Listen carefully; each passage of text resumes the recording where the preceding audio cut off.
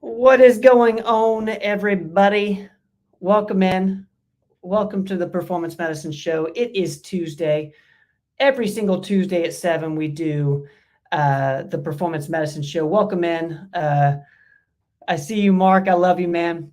Thank you so much for hanging out with us each and every Tuesday. Roel, love you, man. You guys are the best.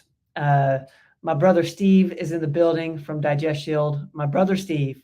Uh, I hope I don't think you hit the golf course today. It was actually shockingly cold in Knoxville, which has been different. And we've had a couple just amazing days in East Tennessee. So great to see you in here, Steve. Thank y'all for being here, you and Sheridan. Um, welcome in, everybody. We're going to let a few people get in here. Doc is on his way, and as you guys know, if you're a regular on the show, we take live questions throughout the course of this show. We're here for about an hour, and we take live health and wellness questions. Katie, what's going on? I'm looking for, we get to hang out with you Thursday. I'm pumped about that. We're going to have a lot of fun Thursday in Knoxville. I believe Katie might be going to the Eagles this weekend. For any of the Knoxville folks, know the Eagles are coming into town. Lisa, what's going on? Thank you for sharing. And Lisa, I promise you, um, Izzy and Ike are coming. They will be here.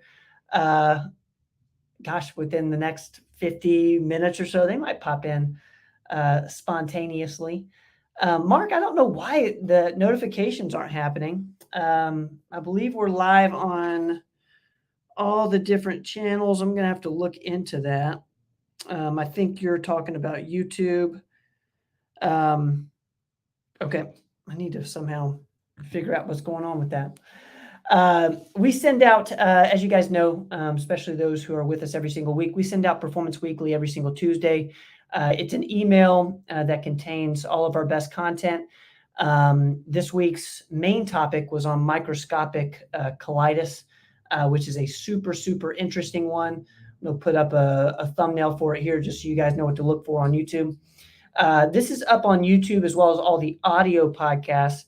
The interesting thing here is that if you've been having a gut issue and all the tests you're doing and you've been to everybody, all tests are come back negative, this is something to check into. Read the article. We wrote an article about it, and we did obviously the Common Sense MD episode on it. It's super interesting. I'm sure Doc will talk a little bit more tonight. And I know Steve, I'm sure, has thoughts. Like, it's really interesting, this microscopic colitis episode. Definitely check that out. Dave, what's going on, my man? Great to see you. Deborah, great to see you. Good evening. Lisa, I don't think so, but I will double check. I've been known to miss messages. I think Katie can attest to that. I'm typically like takes like 3 or 4 times. Uh, I'm trying to get better. I most certainly will over time. One thing that is making me better is this outside the box episode with my good friend Matt Dowd from Identity Exchange. He is one of the identity coaches over at Identity Exchange. He also does some of the business development.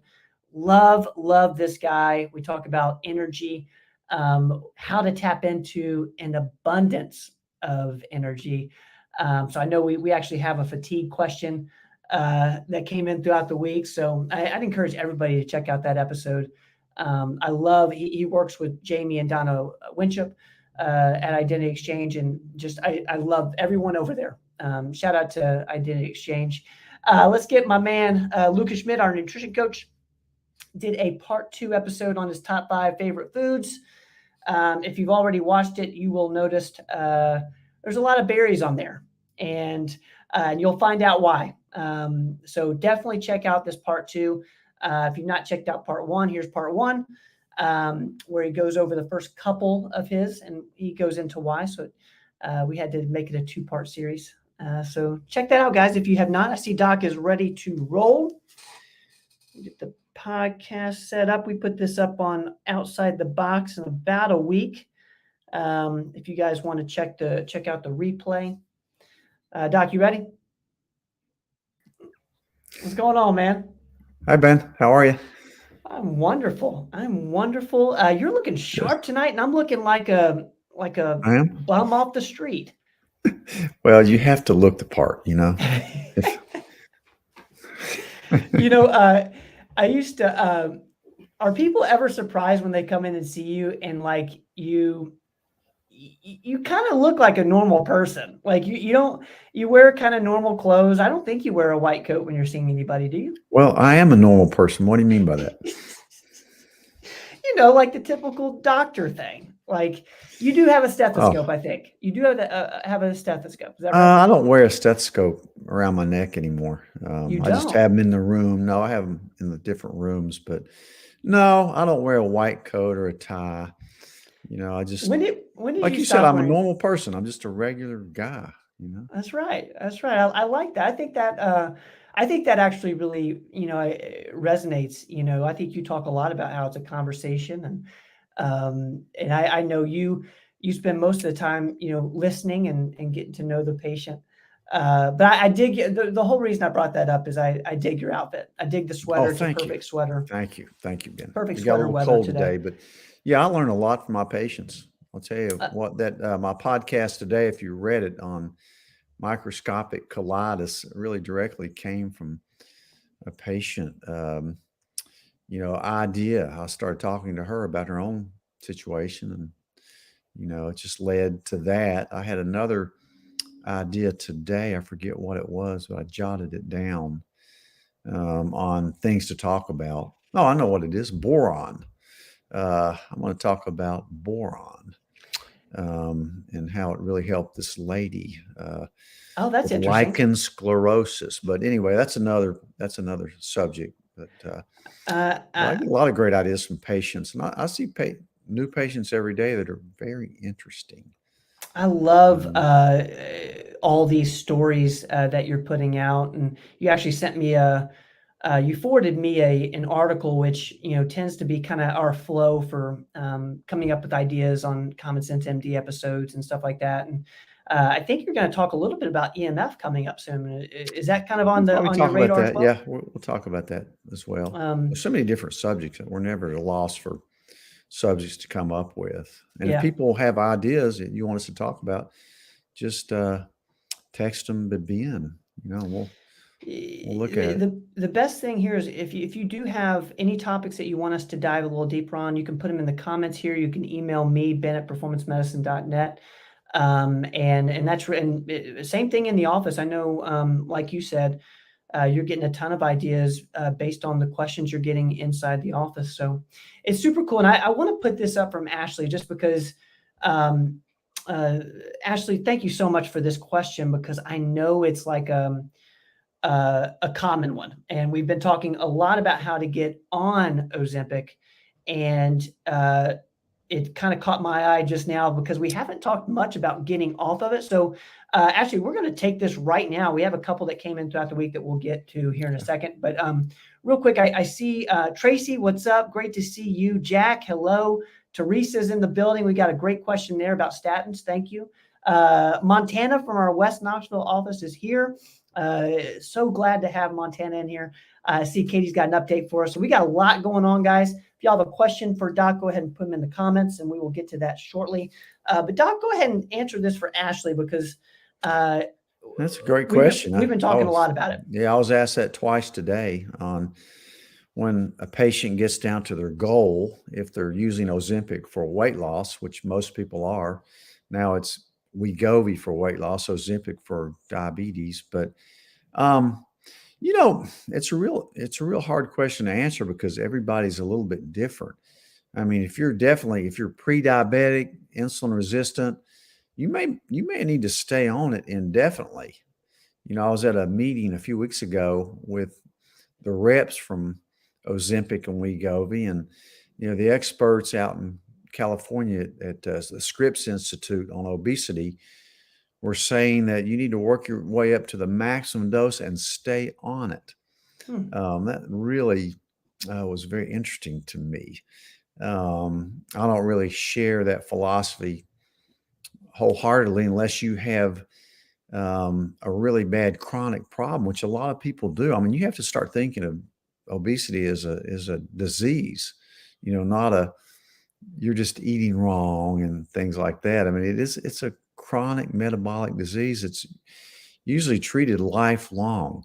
Now, Mm. my own feeling about it is that once you get to your goal and you've changed some things, you can wean off of it. I usually go down like half milligram a week until you're off of it. It's going to take a month to kind of taper off. I think it's better to do that than cold turkey. But um, I mean, in a perfect world, you could stay on it forever and you wouldn't have much of an appetite. And some people probably need to do this, but then you have to think, well, this is an expensive medicine.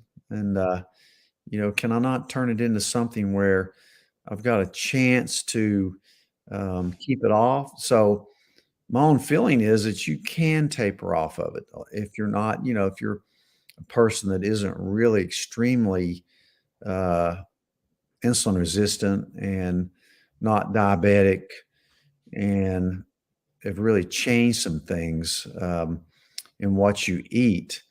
And along the way, looking at all your hormones and doing all the metabolic things that we do. Um, so we will try to get people off of it. Most people, their insurance won't keep paying for it anyway. And you need to learn to do that, without the aids. I'm a huge believer in it. Believe me. I mean, I'm a firm believer that most people cannot lose weight by themselves. They just can't tell themselves, "Hey, I'm going to eat less, exercise more." It just never works.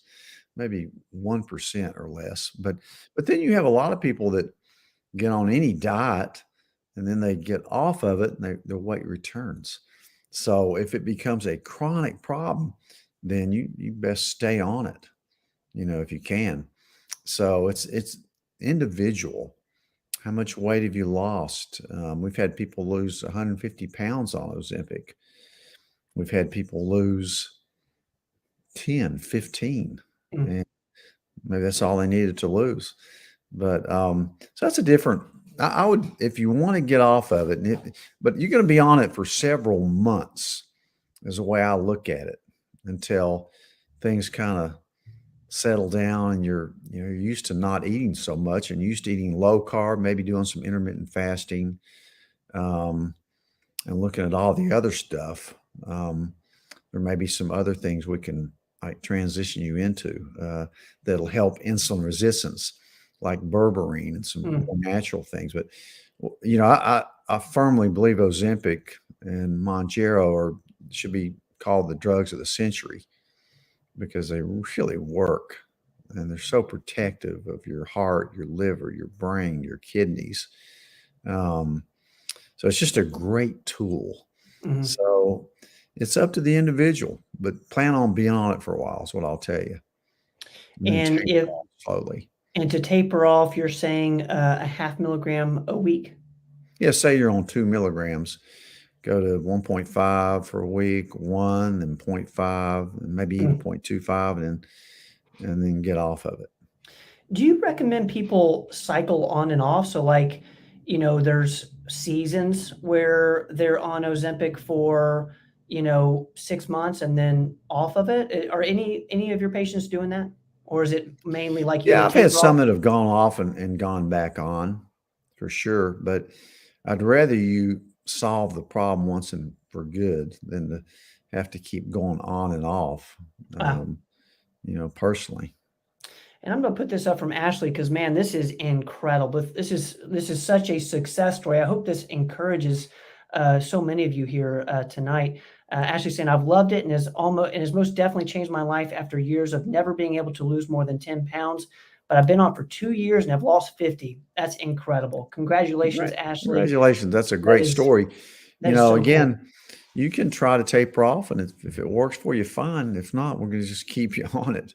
Um, there's nothing wrong with it. You know, if you need, hopefully your insurance is paying for it. Yeah. But that's the only problem we've had with this class of medications has been getting it paid for. Yeah. or affordable. So Well, Ashley, thank you so much for putting that in, and thank you for that question. That's an angle around the GLP-1s we haven't talked enough about. So, hope that helps. great question. Congratulations on all the success. It's amazing. All right, guys, if you have questions for Doc, go ahead and put those in the comments. We're going to get into some questions that came in throughout the week, and this is a, you know, we typically don't talk about current events, but this is has to do with anxiety in kids, and so we're going to put this up.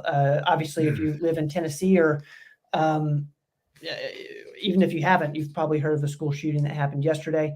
The question is about my 11-year-old daughter seems to be traumatized by the Green Hills school shooting. We live over 100 miles away, and she wasn't in any danger. She's having a really hard time with it. I don't know what to say to help her. Any suggestions on how to address her anxiety? What are things I should look out for? This is a very pertinent question, and I think probably a question, unfortunately, we're going to have to, answer more and more, as things, get, can be scary in this world. So, what's your suggestion for this? What's your Yeah, thoughts on this? that's one of the saddest things I've ever seen in my life was a picture this morning on the front page of the paper. It's just horrifying, just unbelievable what happened, and it's happening. It happens too much. If it happens once, it's way too much, but it's Yeah. unbelievable. Something has to change. There's some people that are mentally ill that are doing this, and I'm just so sad, shocked, and it's just hard to even talk about it. I mean, Mhm. but you have to talk about it. I think if you're a parent and you have kids, that you have to talk about it. You have to talk about it with them and get them to talk to you about it, because they will talk to you about this. Um, you shouldn't over expose them to too much media on this, I don't think, but you need to talk about what happened, and um, emphasize that they're going to be all right. And you know watch out for things, because they need to know they have loving parents and friends, and this is rare, and we live in a hard world that you can't shield the world from anymore. And unfortunately, we live in just a world that's full of just terrible things. When I grew up, stuff like that didn't happen. And it's just something that you have to talk about with them. You have to get your kids, you have to watch out for certain types of behaviors, because they can get depressed over this. Yeah. Anxiety always leads to depression. So if they talk it out, I think they're a lot better off. And they're going to want you around more. And you need to reassure them that they're going to be all right. And they may need to talk to their school counselors and their teachers and about what happened. But if you see behavioral changes, like they get withdrawn and they start acting out, or they start isolating, their grades go down, you need to get them some help, professional help. I'm not a psychologist, but common sense says talk about it. Don't overexpose them to the bad things, especially the real young kids that just don't know how to process something like this. But it's just a horrible thing. But look for behavioral changes. Talk about it. Just love on your kids, and reassure them that they're safe, and that their teachers are looking out for them. Their friends are, you are, and get it out in the open. All the studies in psychology show that the more you talk about something, the less fear you have. And they're scared. They're anxious. They're scared. It's just horrible. I think the saddest picture I've ever seen was on the front page of the paper today, of the girl on the bus. Mm. I'll never forget that picture. I'll never get it out of my mind. I just can't imagine what they're going through there right now. Just One thing I'll quickly add. It seems to me that isolation is something that we just want to avoid at all costs. So definitely, I would encourage kids not to isolate. And it's difficult not for that not to be a first reaction, but don't isolate. Be around people. Be in community. One thing I'll put up here is from my good friend Jamie Winship. I don't know if this person is watching who asked the question, but I think this series we did with Jamie on fear and anxiety in particular are really, really pertinent today. And I think it's delivered in a way that's helpful to people of all ages. I'd watch it with my kids or listen to it, but definitely check those out and make sure they don't isolate. They don't spend a lot of time alone. You know. But thank you for answering that, Doc. And it's a difficult thing to talk about today. So thank you for the question. Thank you for talking about it, Doc. And we will move on. But just know anybody who's been affected, more closely than maybe you or I, we're certainly thinking about you and praying for you. Okay, let's go to the next one here. This is about I'm doing all the right things, but I'm still feeling tired. The question is, if blood work is good, diet is good, exercise 4 times a week, but you still feel tired. This is a common question we get. And I know, it's, a lot of us are doing the right things, and still not feeling as energized as we think. What's your thoughts on this? Well, you need to certainly look at your sleep patterns. Some people don't sleep and they're chronically tired. You definitely ought to get some blood work like a Cleveland panel and look at the vitamin levels and things like that. Determine how stressed you are. Some people actually work out too much and they're chronically tired from too much working out. And it doesn't seem like, hopefully, it's moderate exercise 4 times a week will be good. But I do see a lot of people that work out too much and they're chronically tired from that. Chronic sleep loss, stress at work or home, lowered vitamin levels. You see that quite a bit. And you may even try, some of the best. I talk about mitochondria a lot, which is the source of all energy in every cell. You need to make sure your mitochondria are functional. I like CoQ10 with PQQ. I think those are 2 good things to increase your number of mitochondria and output of ATP from your mitochondria. There's a lot of factors that go into that.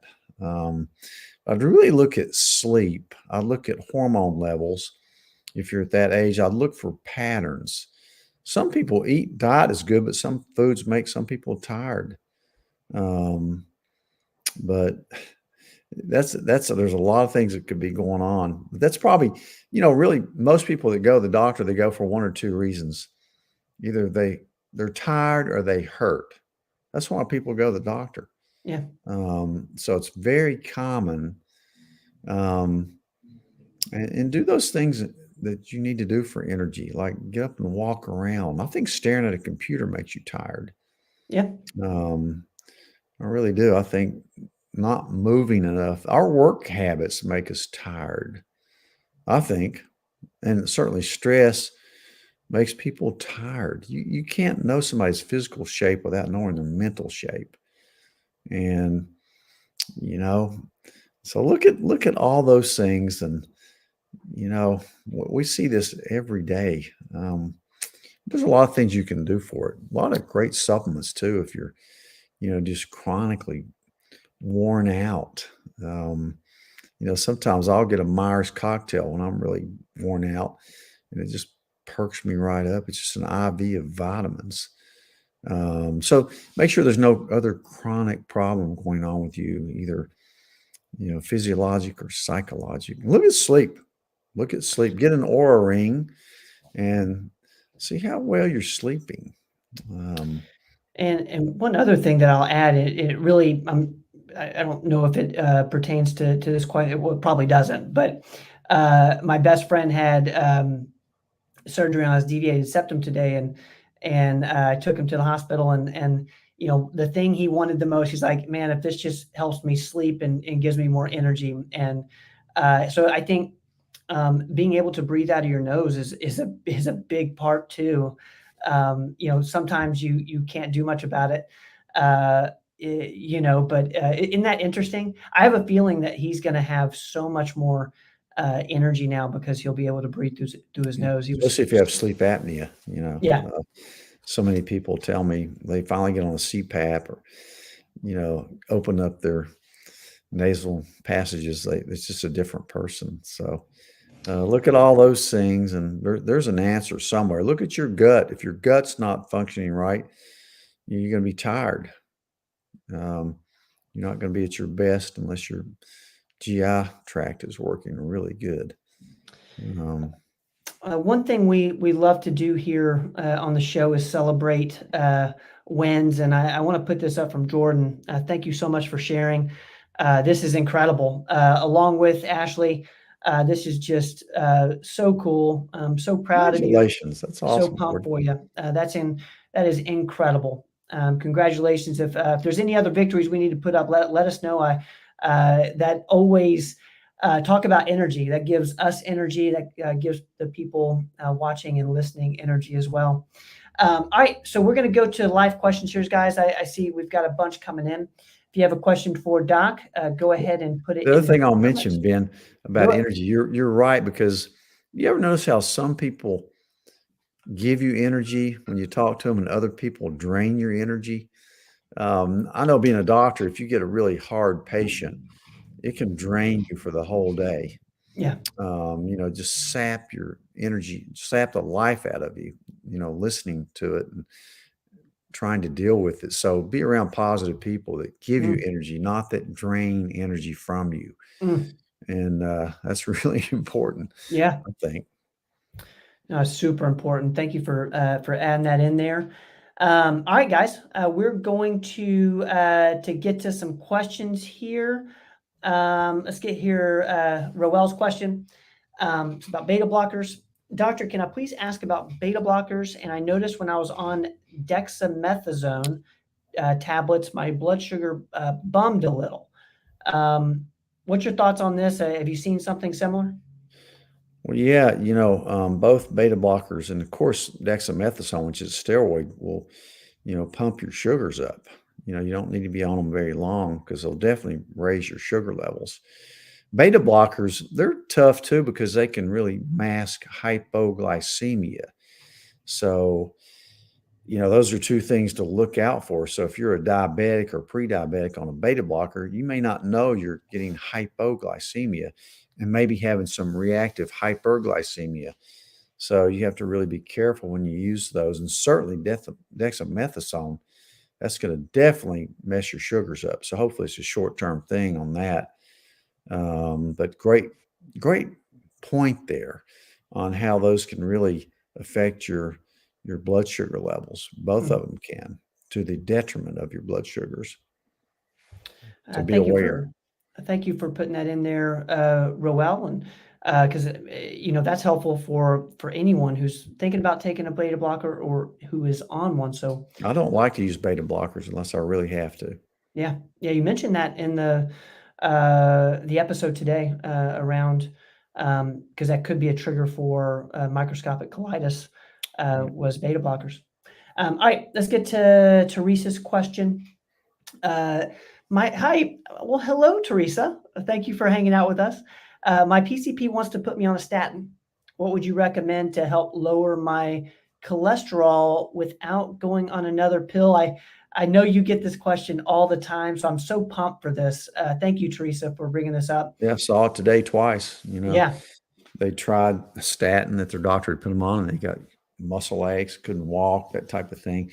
So some people can't tolerate statins. And really, in my opinion, they're overprescribed anyway. I'm not totally against them if you have heart disease. They may help reverse some atherosclerosis because they tend to be anti-inflammatory. It's not because they lower your cholesterol.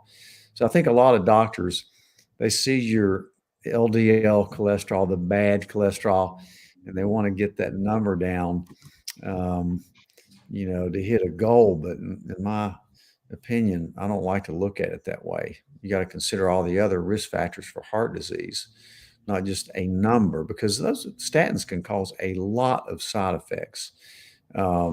Most of my patients don't want to take them.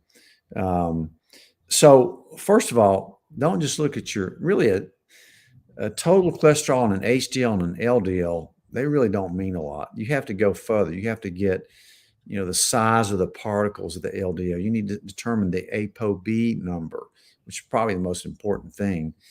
Your LP little a number, which is an inherited thing with your cholesterol. Look at the amount of your LDL that's oxidized. Look at what's your HDL, your good cholesterol. What's the size of those? What are your triglycerides doing? What are your other risk factors? So don't automatically take that. Hey, okay, I'm glad you're kind of looking at it yourself and wanting to try something else. A few things that I like: garlic peels, I think, help cholesterol along with doing a lot of other things. I like bergamot. That's another one I really put a lot of people on to help bring down cholesterol.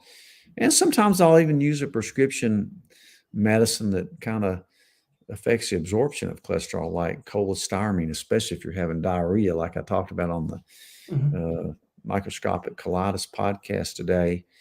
Even Zetia. I got a question about that yesterday about somebody didn't want a statin. So it's not uncommon not to want a statin, so try those extra things. You don't need to go on a low fat diet, because if you eat a low cholesterol diet, your liver just pumps out more. So it's really fruitless there. I still think lower carb diet's the best. So, you need to eat a good diet and don't eat junk food, but mainly don't eat sugars and high glycemic carbs, in my opinion. And so look further and resist it. Get a CT calcium scoring and see if you've got any calcium deposits around your coronary arteries, and look at your other risk factors, and just kind of follow along. But don't get freaked out because your cholesterol is mildly elevated. I certainly wouldn't. All right, Teresa, I hope that helps. Such a great question, and a lot of people are in very similar scenarios. So I hope that helps some people. I'm gonna put this up there from Katie. Updating my beef liver friends on here. I've added beef heart to my eating. She'll keep y'all posted on how this goes, and it's cooked. Super interesting, Katie. Yeah, I ate some yesterday. I ate some beef heart yesterday. Tasted like a steak. I think Katie showed me a picture of it. It was on Ben Curtis's Instagram account. Shout out to Ben, who's doing such a great job with his Instagram account. He's going through kind of his journey. We'll have to put that up there, Katie, if you have his handle. But beef heart, super super interesting. Keep us posted, Katie. If anybody in here is interested, stay tuned for more on that and the beef heart. Super, super interesting. We eat a lot of beef liver, as Katie will tell you. And if you guys weren't here last week, we did a podcast on beef liver. Definitely check that out. And we're gonna keep talking more about it, because I know you're kind of on your own journey. Katie, of course, is a huge believer in the carnivore diet, and beef liver is a big part of it. So super fun, guys. All right, let's get to where am I at? Buddy's question. What over-the-counter pain medicine do you prefer as an example of Advil, Tylenol, etc.?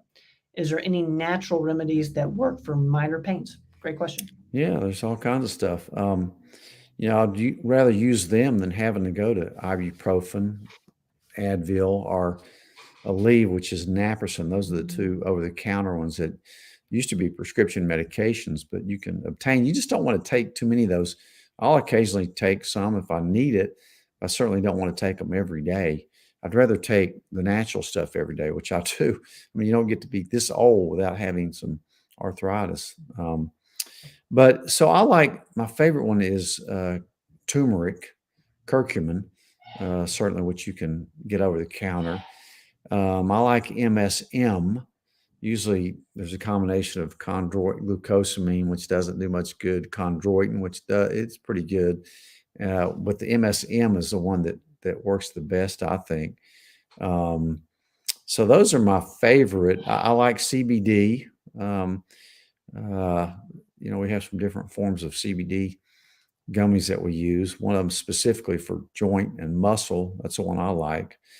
Um, but Tylenol, I haven't found Tylenol to be that helpful for too much, to be honest with you, except maybe fevers and kids. Um, so drinking other natural stuff you can do are move, drink water, avoid inflammatory foods. Some people just cut sugars out and all their joints get better. So fascinating. Just your diet, an anti-inflammatory diet, leaving out sugars and glutens and dairy and corn and soy and nightshades maybe. So work around that a little bit. And those are the main ones that I use. There's some other ones out there, but of course, collagen. I like the keto collagen. That tends to work pretty well. But any other natural remedies you guys have, put it up there. If you guys have a natural remedy for pain, put in the comments. We'd love to share with Buddy and the rest of the crew here. One thing I'll add is we're going to do and explain this episode with Robin Riddle on like what it looks like to not eat sugar during the day. And I'm super interested. We haven't recorded it yet, but I want to know like because we've had a few like amazing stories where people don't eat sugar and then all of a sudden they don't hurt. Their arthritis goes away. Yeah. Yeah, it's crazy. But a lot of times I think, myself included, it gets a little like, well, how in the world am I supposed to, not eat sugar? And which is wild to even think that that's my mentality. But Robin's going to change that for us. So stay tuned for that. Good. I see Ben Curtis Wellness is the Instagram handle if you want to learn more about carnivore and all he's up to. And I see Motaz is in the building, and he had beef liver for an early dinner today. Oh, so wonderful, cool. Motaz. So good to see you, Motaz. All right, let's go to another question here. Let's get Ruth's question. How much milk thistle can I safely take? What's your thoughts on this?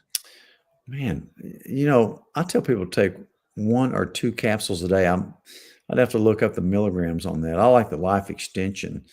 I don't think you're going to have a problem taking more than that, but look up the Life Extension milk thistle and take 1 a day. If that doesn't work, take 2.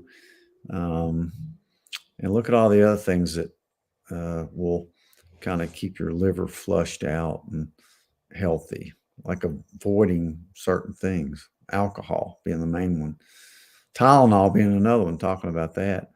But most people get away on one a day. All right, Ruth, thank you for that question. Let's get to this. Is timely, Mark, with microscopic colitis. Studies show consumption of basil and gum arabic reduced inflation and accelerates the healing of the colon in ulcerative colitis. Do you think it could be a treatment for microscopic colitis? Could be. I haven't had any experience with using those for microscopic colitis, which is kind of a new thing. I should have put something in there today about using low dose naltrexone for it, because it's an autoimmune thing, kind of like UC or Crohn's or celiac. It's an autoimmune phenomena. So yeah, you can certainly try it. I haven't done it yet, but certainly look at what you eat first and consider microscopic colitis as a diagnosis if you have what's been termed IBS-D, irritable bowel syndrome dominant diarrhea. It's pretty typical symptoms. But the problem is they can't see it on a colonoscopy, so they're going to say you're normal when you still have an autoimmune colitis. You have to get biopsies of the areas and have a pathologist look at it under a microscope to even see if you have it. But there's a lot of good treatments that are kind of new, like oral budesonide, delayed release budesonide capsules is my favorite treatment for it. But there's other treatments. Look at the note. It's pretty interesting, but certainly I'll have to consider looking at those too. Even cholestyramine can help, especially if you have bile acid malabsorption syndrome, which a lot of people that have ulcerative colitis and microscopic colitis probably have. So good. That's a good point. Thank you for that question, Mark. I just want to put this up from because we've talked a little bit about this earlier, but Ashley's saying, she's 20 pounds from her goal weight, but is on a stall. What's the best way to break a stall while on Ozempic? So this is, so Ashley's lost, I believe, around 50 pounds. She needs 20 more to go, but she's stalling. I'm sure you've seen this. What's your... We see it all the time. One thing is, don't get discouraged. There's no doubt it's a lot easier to get it off at first. Yeah. And those last few pounds you want to lose are a little tougher. So look closely at your carbs, how many carbs you're eating. Definitely do some intermittent fasting. I don't know what dose you're on Ozempic. If you're tolerating it well, you can even go up on the dose a little bit as well, unless you're at maximum. But be patient, because it's always harder to get the last bit off. So just keep a good attitude about it. I love exercise too. It's not a real good weight loss tool, but it certainly is good for you in every other way. And I look more at, rather than pounds, I look at waist measurement, like waist to hip ratio is more important than actually what you weigh. So try to build muscle, which will burn fat from around your midsection. It may not show on the weight scale, but it'll show in your waistline, which is definitely the most important thing. So don't be discouraged if you're on a stall. You may go you're not going to go like that. You're going to go, that's the way it's going to be. So wait out a stall, look at your diet real closely, sleep patterns, hormone levels, and be patient. You can lose it next 20. It seems Ashley does do weight training, which is amazing. That is interesting to kind of expect the stall. I think it's not natural to think that way. You think, you lose, you keep losing, and you're just going to keep losing. I think everybody stalls a little bit. So don't get discouraged. The worst thing you can do is get discouraged. We had one lady that lost 100 pounds, and she was so disappointed. Really? Yeah. Really? It's just a bad attitude. I mean, interesting. So you have to have reasonable expectations. So again, don't focus too much on the pounds. Focus on the abdomen, the visceral fat. That it is kind of the hardest part to get off at the very end, but it will come. You're not going to get there through doing crunches. You're going to get there more through other things like what you're eating and how much you're sleeping and what your hormone levels look like and that type of thing. Stress always, if you're stressed, it's hard to lose weight because your body's putting out cortisol, the stress hormone that it's kind of like prednisone that tells your body we're stressed, hang on to fat. You're going to need it. So stress plays a big part there. And Ashley, keep coming on Tuesday night. Well, I think a lot of it is, being a part of community. A lot of people in here are on the same journey. So you're not alone. I'm telling you, that last 20 is going to be a little bit slower, a lot slower than the first 50. Yeah. For sure. Thank you, Ashley, for putting this in there. Okay, I want to put this up from Chuck. back to energy. Chuck is saying getting my hormones fixed has given me a ton of energy, both mental and physical. That's awesome. Thank you, Chuck. Good. Chuck, do you have your t-shirt? Your t-shirt's in the West Knoxville office. I want to make sure you get that. Chuck had What did some. Chuck win that for? Is he the one said about the lawyer? Yeah, he said lawyers. Yeah, that was a great one. I got a big kick out of it. But very true. I mean, that's really true. Yeah. Um, Chuck, if you don't have it yet, it's at the West Knoxville office for you. Thank you so much for that comment there. It's a big deal. The hormone thing is a really, really big deal. it is. Cool. If you're So tired, Chuck, think about your Chuck's got his hormones. shirt. There we go. I love it. Thank you, Chuck. Okay, let's get to let's see, where am I at? I'm going to go to Roel's question. Doctor, I read an article that the DEA is wanting to impose restriction on testosterone. Have you heard about this? This is interesting, something we deal with on an everyday basis in testosterone. What's your thoughts on this? You're always hearing rumors of that, but it doesn't surprise me a lot, to be honest with you. I just don't see abuse of it in my practice. I suppose they're, wanting to cut down on illegal trade of a controlled substance, which testosterone is. So I'm not worried about it. Certainly in the hands of a doctor that knows what they're doing, it may be a good thing that people can't get it, from Mexico or, at the local gym and things like that. But, as far as imposing a restriction based on what your levels are, I hope we don't get so bad that they do something like that. I don't see it. And then people will do it illegally. A lot of people think because the normal testosterone level is, say, 300 to 1,000, that if you're not below 300, you don't have low T and you're just misusing it. That's not true at all. There's so many different factors. You really want to be on the high end. You don't want to be normal. You want to be optimal. There's a big difference. So, I don't worry about that. I really don't. They're not gonna do that. All right. Thank you, Roel. All right, guys, welcome into the people joining us now. If you guys got questions for Dr. Rogers, this is the Performance Medicine Show. We answer live health and wellness questions. And I'm looking, I know I'm missing some here. I want to put this up from Jack. This is something I think a lot of people who've been on keto have dealt with. I feel horrible off of keto. So sugar makes me ache all over and I'm young. So it seems that Jack has done a ketogenic diet and coming off of it has made him, it kind of sounds like a relapse type, symptoms. Yeah, sometimes you don't realize how bad you feel until you cut something out. Yeah. I remember when, years ago, I used to drink sweet tea. Yeah, I did too.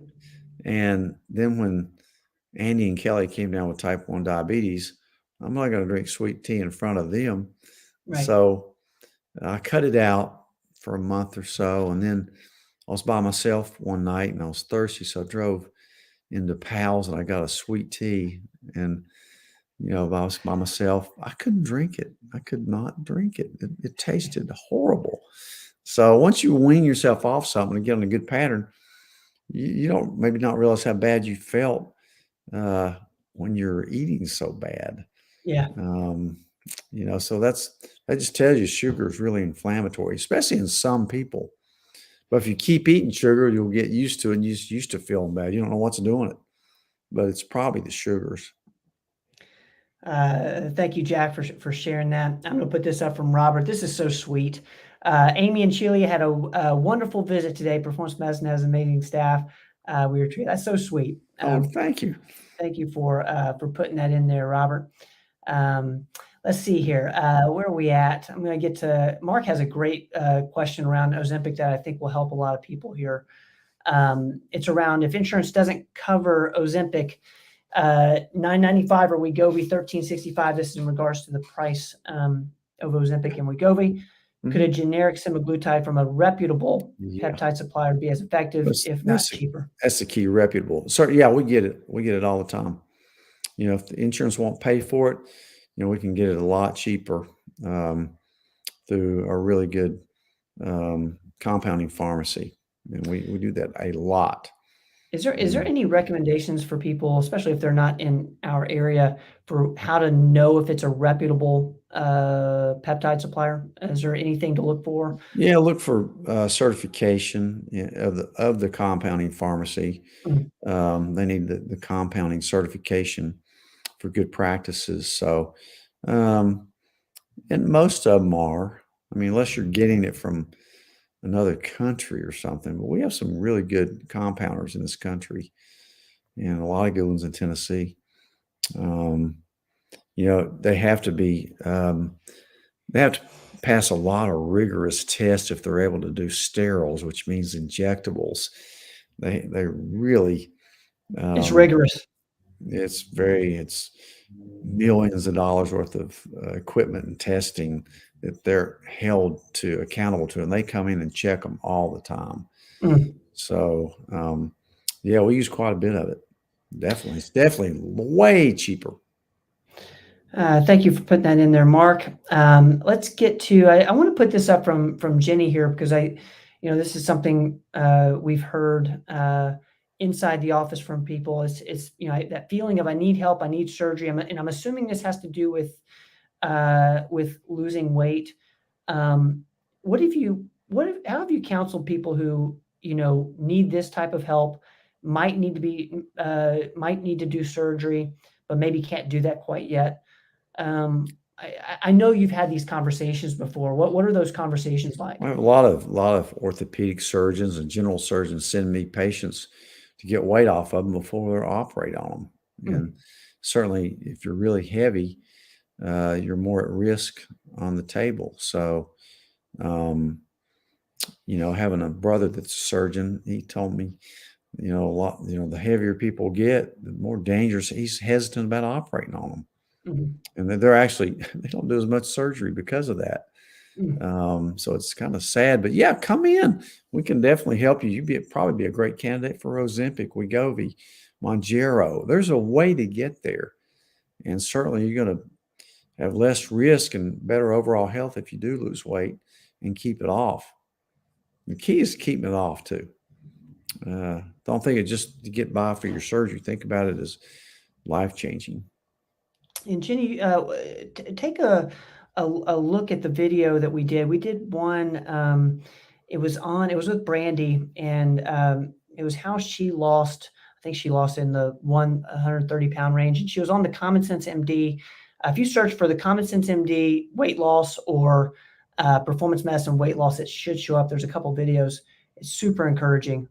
Brandy's just amazing, and her stories just so cool, and hopefully will offer some encouragement to you. I like the Um, way you term that. I need help. I wish more yeah, people would realize that. So yeah. that's the first step. And when you ask for help, you're going to get help. Thank you for putting that in there, Jenny. Okay, I'm seeing here if I'm missing any questions. Hopefully, I have not. I see Grandma Mary is in the building. Grandma Mary, I love you. Thank you for being here each and every Tuesday. I'm looking forward to rocking out with you this weekend. I cannot wait. Okay, Can't wait either. Noel's got a great question here.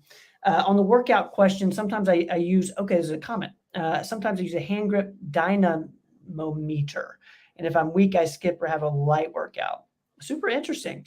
That is really those hand grip measurements are probably the overall best measurement for strength. So I know in knowing Dr. Gorman, our hand Yeah. surgeon that we're so good friends with, he'll tell you the same thing. And the one thing he wouldn't do surgery on somebody that didn't have a decent vitamin D level either. Yeah. Yeah. I've heard He's that too. now retired, but he worked with us for a long time. That's a great comment. Really good comment. One good thing you can do as a test of your overall strength is just seeing how long you can hang on a chin up bar. Yeah. Just full extension, just hang there and see how long you can do it. That's a really good measure of how strong you are. I love it. Thank you for putting that comment in there, Roel. I'm going to put this from Motaz. This has to do with the testosterone. I believe the DEA wants to restrict access via telemedicine. So the proposal is that for people to continue using test via telemedicine, they will need to at least see the doctor once in person. Is that once yearly, Motaz, or once overall? Who knows? Yeah, interesting. But yeah, with the COVID pandemic, they opened up cross state lines treatment. That was a good thing that came out of that. But I hope they keep that, because they really should. If you're board certified and to work in one state, why wouldn't you in another state? It should be universal. But I hope they don't. But they could make it to where, to prescribe any medicine, you have to have a license in that state. So that's a good thing that we need to find out what will happen. Right now, it's okay to do, but we may be cut off, certainly. And so one thing we encourage people to do is see us once a year if they can, certainly. Great comment there, Motaz. I think I got through them all right. Are we going to have an appearance? Because I know Lisa is going to want to see Izzy and. What time is it? Yeah, it's almost 8 o'clock. Yeah. We need to get the stars of the show down here. And I haven't heard from them yet tonight. They're probably playing. This was a great show. Guys, I cannot thank you guys enough for the thoughtful questions. It really means a lot to us that a lot of you are vulnerable and just asking questions that not only helps you, but helps everyone in here, including Dad and me. If you guys are new here, thank you. Thank you for hanging out with us. We do this every single Tuesday at 7. We answer health and wellness questions for about an hour. And some people we've met, some people we haven't. I feel like I know a lot of you, even though I haven't seen you in person. Hopefully we can figure out a way to meet in real life soon. I love each and every one of you who comes and hangs out. Okay, here we have one little critter right here. There she is. So that's Izzy right there. She's camera shy. So Izzy is the newest addition. She's I guess she's a best friend of Ike. Oh, there she's looking right. Definitely best friend. I want to show you a picture of those two that I took the other night. If I can find it. See how can you see this? Is that a good picture? Here they are the other night. That's a good picture. Come on, guys. They do Come love on, each guys. other. That is amazing. Come on. Yeah, that's cute. That's cute, isn't it? That's cute. That's cute. Ike does get a little jealous, at times. But Ike, you want to come up? But here she is. Okay, Izzy, man, I love the brown. She's a beautiful pup. She's cute. Ike sure loves her. That's for sure. Is Izzy growing? I can't tell. I haven't seen Izzy in a couple weeks. Here you go, Ike. Come here. Ike, I know Ike's big. Ike's getting heavy. What's up, Mama? They call him a mini dog, but this dog weighs 55, almost 60 pounds. So I don't think he's a mini. I love it. There he is. Ike. Hey, Ike. Look at you. Why are you shy? This is your show. Come on. Everybody's here waiting for you. He doesn't think he's a star of the show anymore. He thinks Izzy's taking the spot. Look at that. I mean, come on. Come on, guys. Does it get cuter than that? All right. Well, that is our signal, guys. That is a show. Ike and Izzy, thank y'all for closing us out as always. Ike, you're a beautiful dog. Look at that. It's a strong dog right there. Guys, we love you. We are calling it a show. Pop, I give us a 9 today. I think you got a 10. I got maybe an 8. I'll give myself an 8. I'll give you a 10. I don't know. It's an average of 9. You were strong. You look sharp. I think it was a 9. It was a great show. Guys, thank y'all so much for hanging out with us. There's so much of our team is in here. We love you guys. Montana, Katie, Carter. I see so many of you. I'm sure there's people watching who did not comment. I don't even know are in here, but we love you. Thank y'all for doing all the work that you do inside of all of our offices and hanging out with us in the comments here on the Performance Medicine Show. Pop, I love you, man. Thank you so much. Love you too.